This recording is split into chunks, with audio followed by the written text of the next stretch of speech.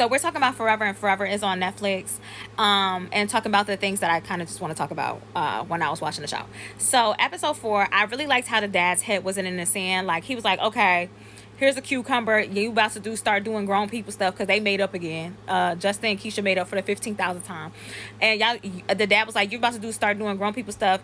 Let me see if you can put it on. So Justin like, oh, okay, yeah, I can put this on. He was like, okay, turn the light off. I said, ooh, he got him there, and that is not a crime. As a mother myself, I hope that my daughter one day in the far future can have those conversations with me about, I mean, I've had those conversations like about, they say the birds and the bees, but sexual education, prep, STDs, STIs, and I'm glad this was actually in this movie, because it's really important to have those uncomfortable conversations with it could be your little sister or little brother, or or your kids. But I'm really, really glad that he had a father that was really close to him, and talked to him and understood him. I think that was really important, because, and I also liked how they portrayed the mom.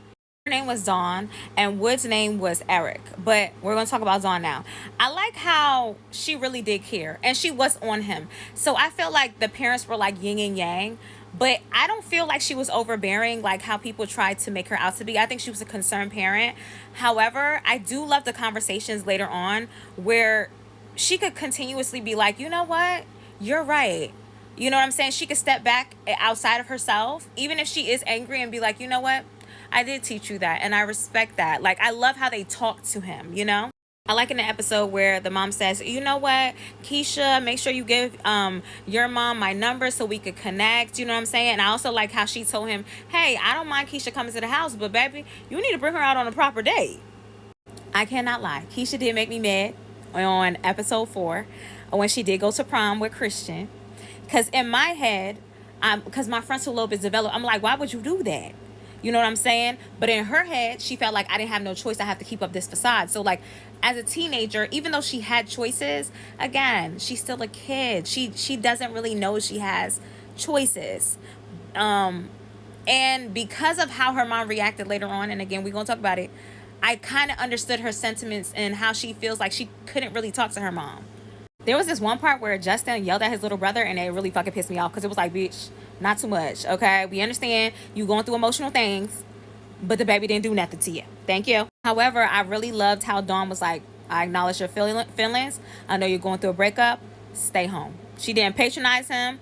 She understood his feelings. And that's what I'm saying. I really love the parents' relationship with Justin, the dad and the mom. You know what I'm saying? And you know what pissed me off? I'm not even going to sit here and hold y'all. This my girl. She is so beautiful. But why didn't y'all change her hair sooner? Why did y'all have her wear braids to the prom? Is it because she was showing like, yeah, I'm just going to be going? It looked cute, because I'm not one of the girls that be like, oh yeah, braids to a prom. But it's just like, it was the same braids she was wearing to school every day. It was like, I know she got a little touch up or whatever, but she could have did something else. You know what I mean? Now we're about to go on episode 5.